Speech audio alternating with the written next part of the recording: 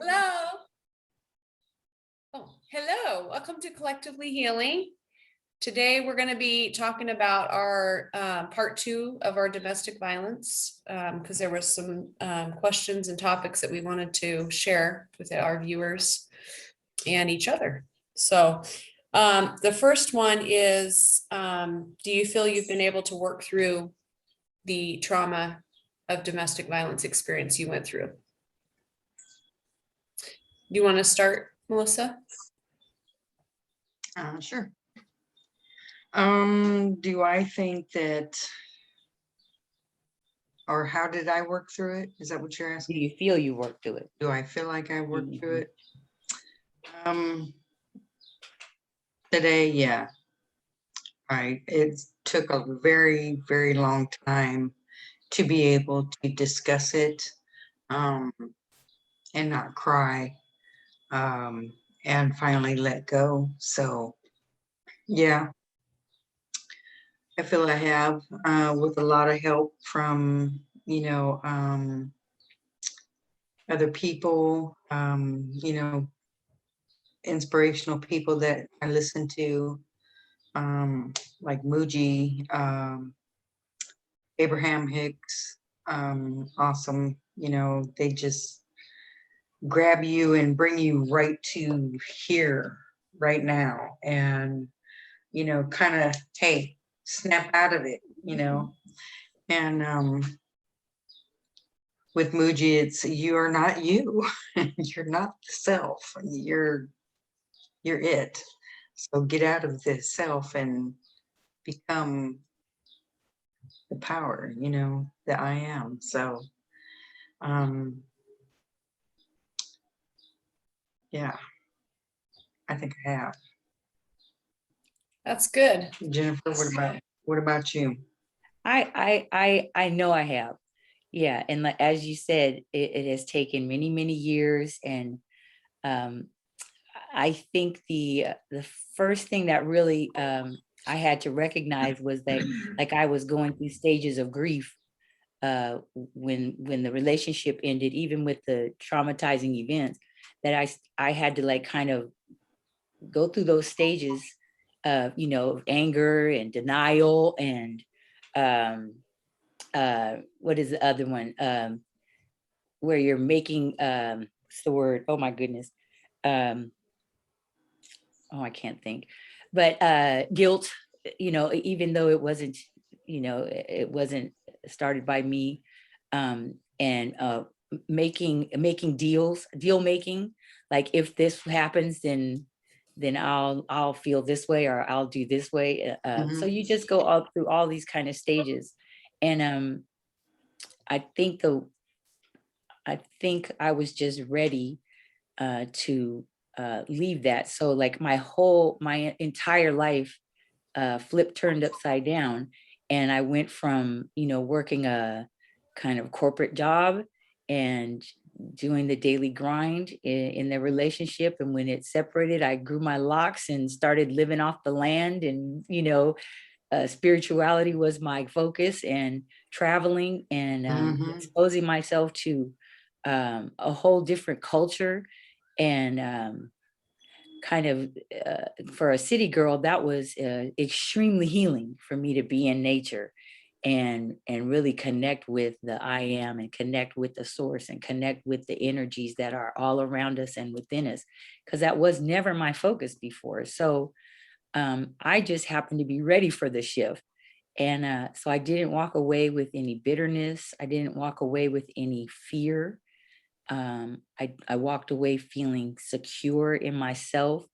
And and I've had relationships since then. The majority have been very enriching, because I think I learned to pay attention to the signs.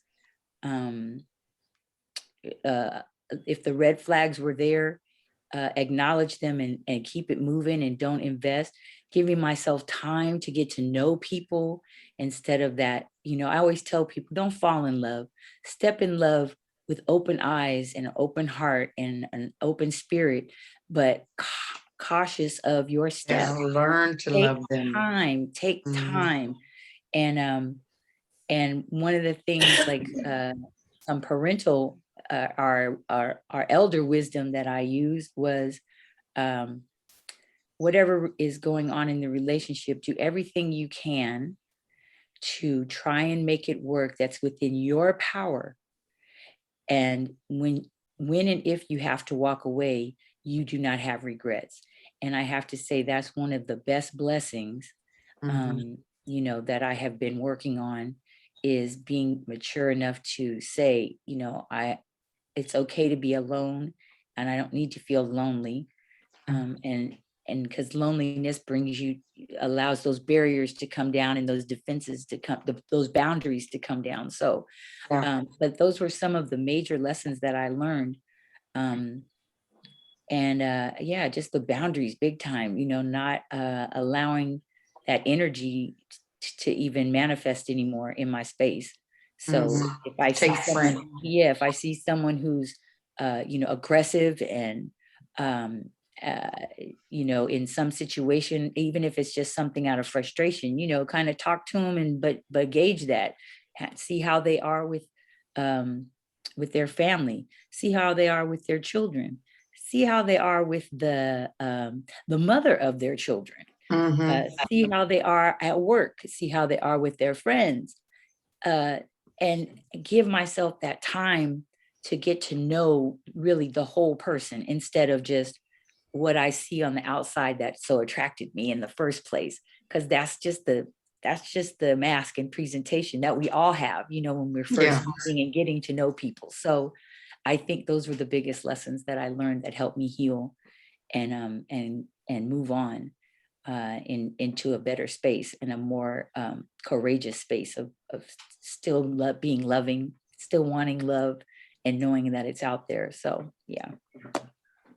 What about you, Miss Katie? Um, I feel like I'm still working through what I experienced. And like you said, it's been a process of working through grief, guilt, sadness, anger, resentment. Um, and I'm really working on the forgiveness piece. And That's the hardest in one. recognizing my part in everything, right? And I'm really trying to recognize my part in everything and why I even got in that situation to begin with. So But you gotta process. forgive you too. Mm-hmm. Yeah. You gotta Yeah. forgive yourself too. So, Mm-hmm. and that's harder than anything. Because if you're like me, I'm the hardest person on myself than anybody else could ever be. Yeah, Oh, yeah. absolutely. So, you I think have, that's true you've for all got of us. to, Mm-hmm. Yeah. So I What feel you like were I'm what you were healing. saying. I don't feel like I'm Yes, good. healed, but I feel like I'm healing. It's a process. Yeah. I know one of the things you said reminded me like triggers. Like that lasted a long time too for me. I'm curious of what you feel. You don't have to speak on the triggers themselves, but how do you handle working through? Mine was loud noises. Because of a gunshot. If I heard a loud noise, I mean, I would hit the deck like I was in the military at one stage. So I'm just curious how you were able to or are you still working on any triggers, Oh, loud voices, things I like feel that. like Yeah. I'm still working through that. I heard a Mhm. loud car engine the other day and was triggered by that. I don't like Mhm. people grabbing me by the neck. Very Mhm. sensitive to that. I don't like to be spoken Hmm. to in a certain way. It instantly pisses me off. So yeah, there's definitely triggers for me where I'm like, Yeah. so I don't know. It's interesting. It's an interesting journey. And it's interesting how Yes, the ma'am. triggers come up and you don't even know that they're going to. It just something happens and it's a reminder of a flashback of what you experienced. Mhm. So, It takes you right back. It takes oh you right yeah, back. yeah. Yeah. And that fear and anxiety will just come on instantly, right? Like Mhm. when I heard that car Yeah. engine, my heart just started pounding, 100 miles an hour, and I was like freaking out. But there was no Mhm. connect. I mean, I had to come back to my space where I was and like, you're safe. It's fine. Nothing's happening right now. That was my way of getting through that in that moment. Right. Right. Yeah. But yeah. So the next one is, what tools or healing modalities have helped you?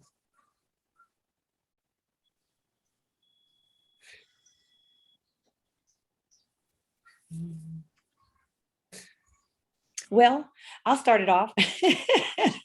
um, I was trying to think if there was something like organized that I did that helped me. And I couldn't think of anything for a while, but then I thought about it, I never was into meditating because my intellectual mind always told me, okay, you're told to shut your brain off, just shut your brain off, stop thinking, empty your mind. And I did not understand how that it was even possible. Um, but what I am grateful for is uh, through a spiritual group I was involved with, meditation was better explained to me that you are focusing the heart and mind on um, on your thinking in a linear, very focused way. So it's not really emptying the mind; it's just allowing whatever is going to be coming in to focus on that and then let it go. So if you're having a feeling, close your close your eyes and breathe and have the feeling and recognize it and then breathe it out and let it go. Now, of course, that takes a long time of practice because my my first instinct is to attach to the feeling. And but meditation has really been a benefit for me of finding space that is silent or calming. Like I had to first start meditating. I got a mandala from this an Indian friend of mine because I couldn't keep my eyes open. I mean closed. They would do this all the time. Like I was like my brain was not going to let me close them peacefully. So he said, look at the mandala, focus on it. It's like kind of sacred geometry or patterns that are in it that help get you focused. So after I was able to do that for long enough, I could then close my eyes peacefully. And I had to have music playing because my mind would just rush. So if I didn't have something outside of me to focus on at first, then but then eventually I didn't need music. I could sit in silence. And nature is great because there's always something going on that you can allow in and allow out. I heard the birds chirp, let it go. I heard, the air, the wind, the trees rustle, let it go. And just get focused on the breathing. And that really has helped me, I mean, completely calm my nature. It has calmed my temperament. Um, it gives me pause to think in situations, especially in relationships. Like let me pause before I react so that I can respond accordingly and it not be from an emotional attachment place. So that's the biggest thing that has helped me. Um, Besides, like what Missy was saying earlier, is finding inspirational connections, whether it's on YouTube or elders in my community that I can reach out to, or and that I work with. I love listening to stories because they always give me a perspective. So, especially with elders and asking them, what do you think about this? What do you think about this situation? This is how I feel about it. And I normally, I always get something back that helps me just kind of move through whatever the issue is and make a better decision. No one gives us the answers, no one can. But we have to find all of the input we need to make the best decision. So when it comes to relations and things like that. So those two things have really been beneficial for me. What about you? I think being able to get up in the morning and hit that beach every morning, I think that is what one of the major things that helped. Being able to connect with source and be so grounded, you know, in the water, in the sand, with the sun, you know, everything all at one time. And man, I tell you, that was the most healing element ever, you know, besides Muji and you know, Abraham. You know, just being able to talk to other people about their issues, or it was also a time for me to turn and focus healing others. So, you know, that whole time giving back was just, you know, what I needed, because as I was healing somebody else, I was healing myself and healing, you know, my ancestors. So, yeah, that, I think that's, wow, yeah. Big time. What about you, Miss Katie? What has been helpful to you? I would say during when I was in the situation, I was volunteering and doing Reiki, and I started to notice a pattern of the people that were drawn to me. And most of them were women that were going through really rough times. And so when I was working on them, it was helping me heal. And it was right in my face of like, recognize what is happening here. Because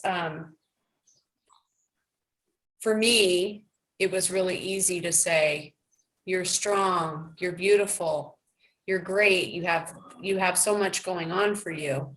But it was hard for me to, in that stage, to see that for myself, or to have that for myself. And so I feel like that really helped me. And now,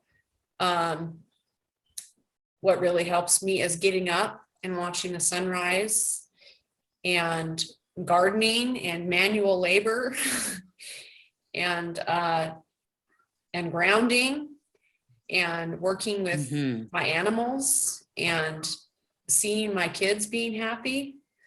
All of that stuff is helping me heal and feel better about stuff. Yeah. It sounds like all of us have found the one main line that ties it together is that we found some way to self-soothe and self-inspire and self-heal and self-ground, all those things. You know, it's like you really have to start looking out for self in a spiritual, energetic way, you know, and fill yourself with those things that are going to you know, move you forward positively and not, you know, keep you dwelling within whatever is going on, or the past, or a present moment that's, you know, a crisis. So, but yeah, to find something to heal self and look out. I found that if you don't, Source will make a way. Because I kept, you know, once the kids moved out, were old enough and moved out, you know, I had their friends moving in, you know, trying to take care of them. And then I got a dog, and, you know, I was taking care of him. And then, you know, I just kept one thing after another in my way until it was, you know, hey, look, there's nothing left. There's nobody else. Everybody else is gone and good. And Mhm, It's your turn now. mhm, And, mhm. you know, man, Source will make you, he will take everything away and Yes. make you focus on yourself. So you might as well go ahead and do it now and just, you know, do it without having to get your butt whooped later.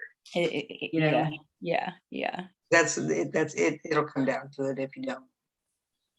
I think there's a spiritual aspect to healing that a lot of people, they're looking for. Like, I don't discount therapy.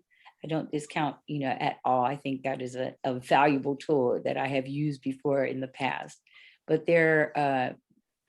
um, there is something about being self-aware enough to see what areas that you need to work on. And then if you need to seek outside assistance, that's good, but you have to be self-aware. You have to Mhm. start paying attention to yourself, just like with physical health. And if you have a pain, and we women have a tendency to do this, if there's a pain, whether it's physical or emotional, we will push it away and down just to get our day done, take care of the kids, take care of the family, go to our job, put the mask on, and with our It's other that survivor mode.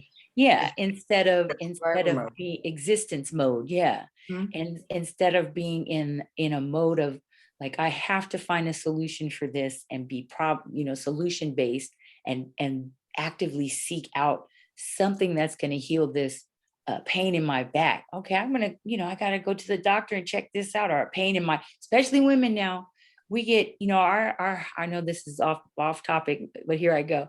We get heart attacks and symptoms that are not like men. Men, the normal thing is in the chest and in the arm. People think that's a heart attack. Women, we can have heart attack symptoms in our lower backs and in our necks, and we don't even realize it. We just think, Yeah. oh, it's the strain of the day. So we need to be self-aware enough to start looking into those signs and not put it off anymore. Yeah. Don't put your healing off. You cannot. But spiritual healing and emotional healing, that is just as important as, your physical health.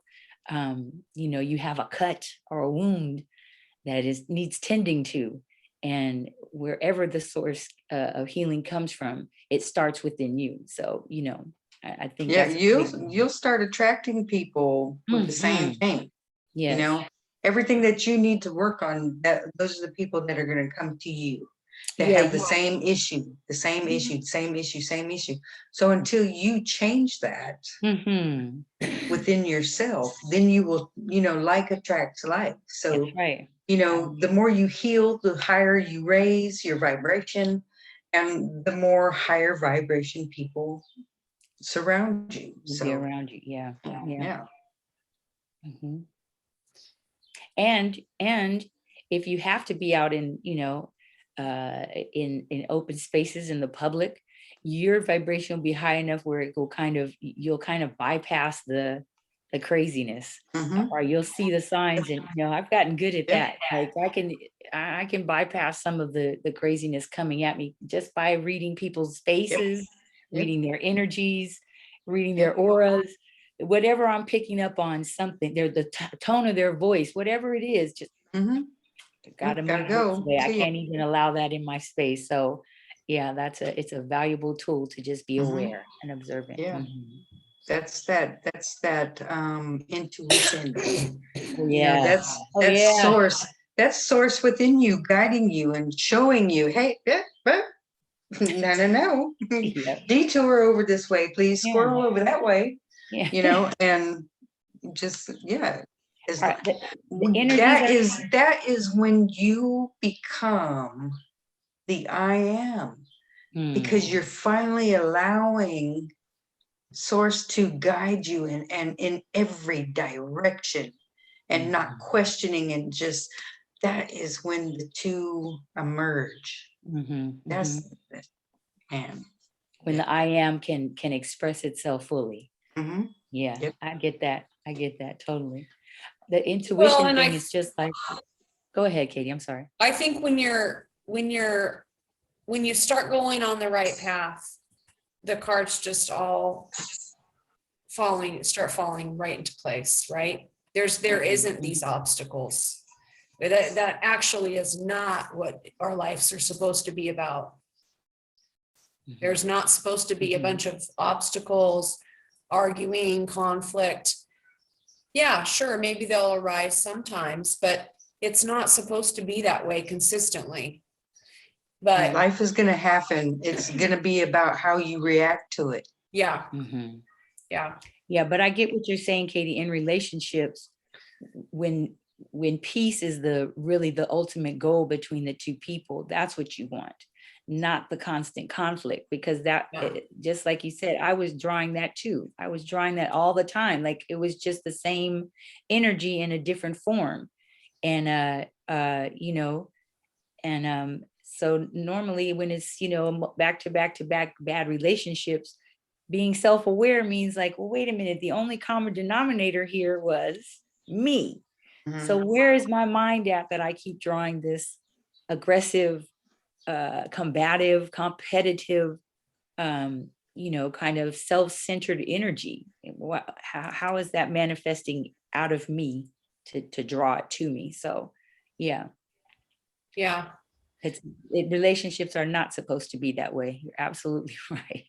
You're absolutely right at all. So Yeah, and then I think if we get caught up in a cycle where that's all we've ever known, then it almost feels foreign to have it be different, right? So very true. Yeah. my own Yes. experience, I have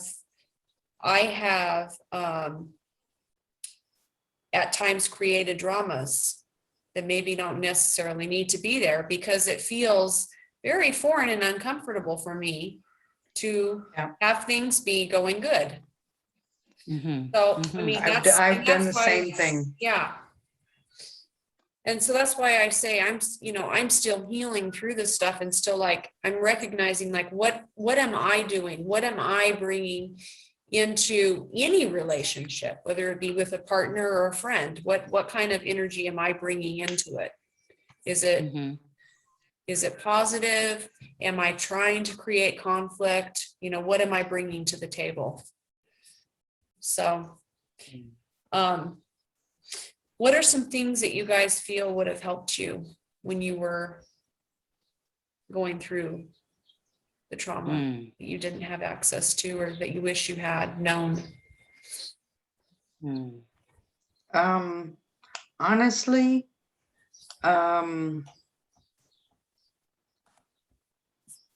nothing could have helped me. mm, Nothing could have helped me at that time because I was so lost in myself. Um, and lost in that relationship, in that marriage, and just, I had people telling me, come on, leave him, but then I had other people telling me, no, that your Christianly wifely duty to stay with him and work it out and deal with it. And so I just I stayed to see what happened because that's the self-sabotaging person that I was. I mm. knew that was it. I knew my intuition, inner God was telling me not to, but oh well, I want to see what's going to happen. So I can let's make do it work. this. Yeah, right. Let me see if I can fix him. Let me see if I can, Mhm, So nothing would have helped me get out of that. I had to wait until I was done playing around or whatever you want to call it, because it wasn't living. It wasn't living. What I do now is live. mhm, So nothing would have helped. mm. I think for me, um, having something like this or a group of friends and women who could hold me accountable and could, show some reflection and truth to me at the time, I think that would have helped me. I didn't, during the relationship, I started isolating. And that's one of the biggest things that women do, especially in relationships that are abusive or, not the best on this for public purview. But if I would have had a group of women, a group of sister friends, a group of, family members who I kept involved with, I think that would have helped me. Because like Missy was saying, that when people are trying to tell you these things, it's usually just bystanders, or I mean, people, family members, of course, could be that too, but they're not involved in it every day. They're not there with you every day. They're not talking to you every day. And I think, I had close friends and sisters who I just wouldn't talk to about it. I wouldn't talk to about it. Or I'd have friends who I could talk to about it and they would just kind of commiserate in the misery with me and not encourage me, because Yeah. either they were going through it, or, it was us against them, women Mhm. against men, or, but if I would have had access to a collective of women, because I think women make better healers to women, and the opposite, men make better healers to men. I Mhm. think there is a condition of energetic cooperation that goes on with that. So I think that would have been a big if this generation of technology had existed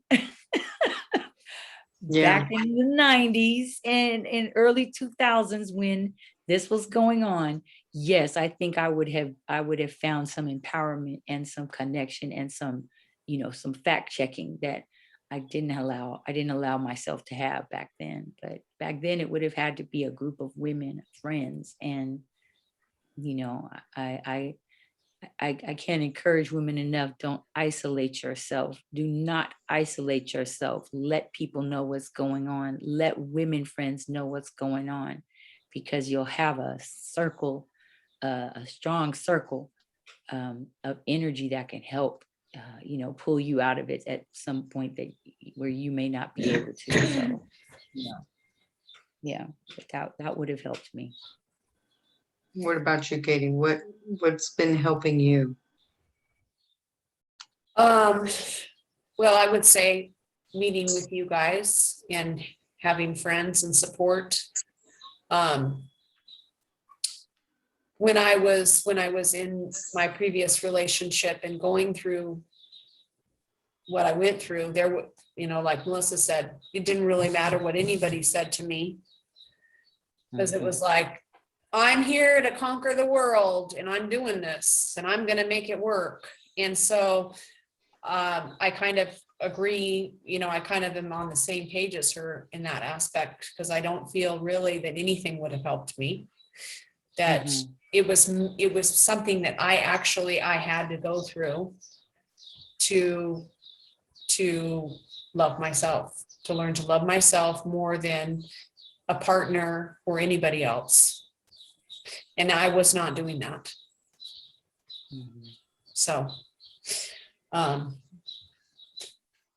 I wish it hadn't come to that, but I know in my own reality, I think that it had to come to that for me to almost I live agree. my life to be able to come to where I'm at now.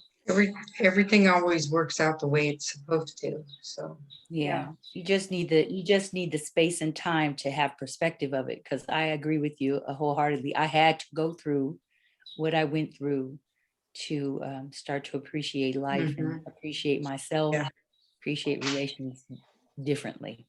I totally agree. Yeah. Mhm. Yeah. You, somebody that comes through so much is what I dealt with throughout my life. And hard-headed, boy, I tell you, just Woo! ornery as hell. So, nobody could have ever told me anything, because I always knew more than anybody else. Mhm. And, always knew better. And So you don't, I wonder if I could indulge with this.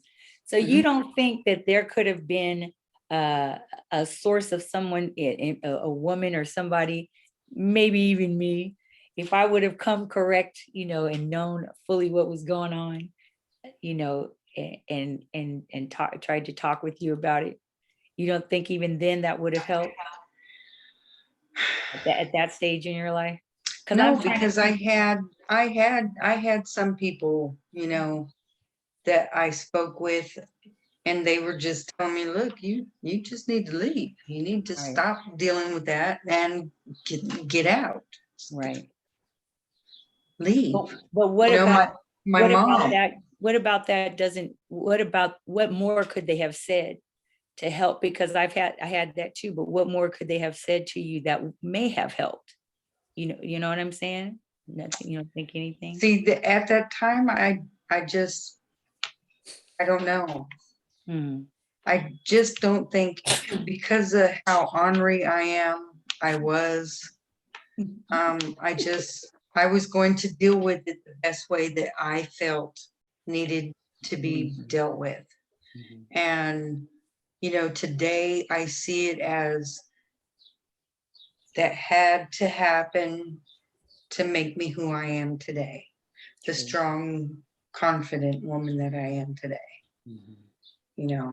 Yeah. No, nobody could have. No. I mean, I loved him too. Uh, that type of toxic, yes, I was in love with him, and so no.